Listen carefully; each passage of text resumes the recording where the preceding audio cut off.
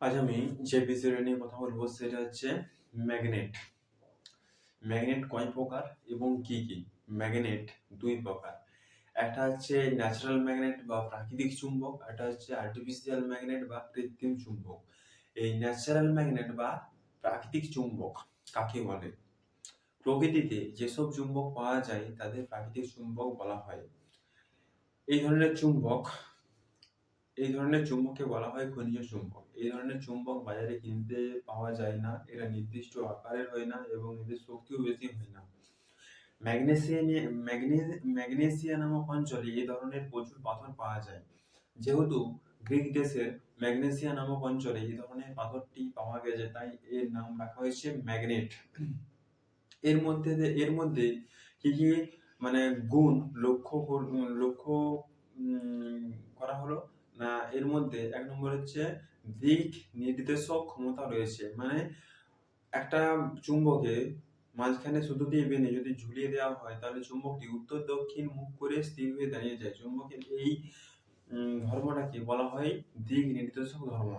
আর এটা হচ্ছে তোমার আকর্ষণী ধর্ম। চুম্বকের আকর্ষণ ধর্ম আছে বলে চুম্বক লোহা, নিকেল, কোবাল্ট প্রভৃতি ধাতুকে আকর্ষণ করতে পারে। মানে ওই পাথরটির সামনে বা চুম্বকটির সামনে যদি কোনো কিছু লোহার বা আয়রনের কিছু জিনিস ওর কাছে নিয়ে যাওয়া হয় তাহলে ওই লোহার যে টুকরোগুলো ওগুলা টানবে চুম্বকটার দিকে, তাই ওর আকর্ষণীয় ক্ষমতা রয়েছে। উদাহরণ কি কি? লোডস্টোন, দিগদর্শন, প্রদর্শন প্রস্তর। ঠিক আছে, এগুলো হচ্ছে সব প্রাকৃতিক চুম্বক বা ন্যাচারাল ম্যাগনেটের উদাহরণ। তারপরে হচ্ছে আর্টিফিশিয়াল ম্যাগনেট। আর্টিফিশিয়াল ম্যাগনেট কোনগুলো? Needle magnet, horseshoe magnet, bar magnet, ball ended magnet. এই ন্যাচারাল ম্যাগনেট এই আর্টিফিশিয়াল ম্যাগনেট আবার দুই প্রকার। একটা হচ্ছে পার্মানেন্ট ম্যাগনেট আর একটা হচ্ছে টেম্পোরারি ম্যাগনেট।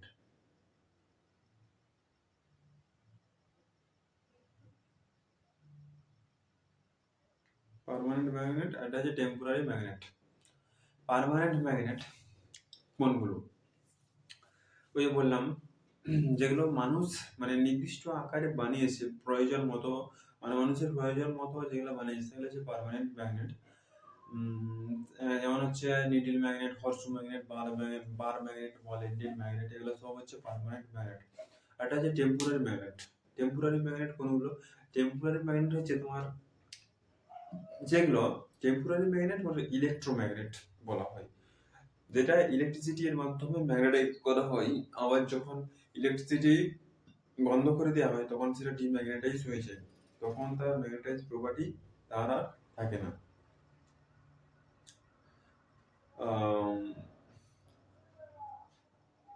আমাদের পৃথিবীতে যত রকম পদার্থ আছে সবগুলোকে তিনটে ভাগে ম্যাগনেটিজম প্রপার্টি অনুযায়ী ভাগ করা হয়েছে। এক নম্বর হচ্ছে ফেরোম্যাগনেটিক সাবস্টেন্স। ফেরোম্যাগনেটিক সাবস্টেন্স সেইগুলো যেগুলো খুব স্ট্রংলি আকর্ষিত হয় সেগুলোকে ফেরোম্যাগনেটিক সাবস্টেন্স বলে। যেমন লোহা, নিকেল, কোবাল্ট, এগুলো সব ফেরোম্যাগনেটিক সাবস্টেন্সের উদাহরণ। দু নম্বর হচ্ছে প্যারাম্যাগনেটিক সাবস্টেন্স। প্যারাম্যাগনেটিক সাবস্টেন্স সেগুলো যেগুলো খুব স্লাইডলি বা খুব হালকাভাবে ম্যাগনেটাইজ করা হয় সেগুলোকে প্যারাম্যাগনেটিক সাবস্টেন্স বলে। যেমন কি অ্যালুমিনিয়াম, প্লাটিনাম, কপার, ঠিক আছে, এগুলো হচ্ছে সব ম্যাঙ্গানিজ, এগুলো হচ্ছে প্যারাম্যাগনেটিক সাবস্টেন্সের উদাহরণ। 3 নম্বর হচ্ছে ডায়াম্যাগনেটিক সাবস্টেন্স। ডায়াম্যাগনেটিক সাবস্টেন্স সেগুলো যেগুলো ধরতে চায় না বা আকর্ষিত করতে চায় না সেগুলোকে ডায়াম্যাগনেটিক সাবস্টেন্স বলে। যেমন উড, প্লাস্টিক, পিভিসি, মাইকা, এগুলো সব ডায়াম্যাগনেটিক সাবস্টেন্সের উদাহরণ। এগুলো সব হচ্ছে ডায়াম্যাগনেটিক সাবস্টেন্সের উদাহরণ। তারপর হচ্ছে এখানে তোমাদের মনে রাখতে হবে যে এয়ার হচ্ছে প্যারাম্যাগনেটিক সাবস্টেন্সের উদাহরণ, আর হচ্ছে ওয়াটার হচ্ছে ডায়াম্যাগনেটিক সাবস্টেন্সের উদাহরণ। তাহলে যত রকম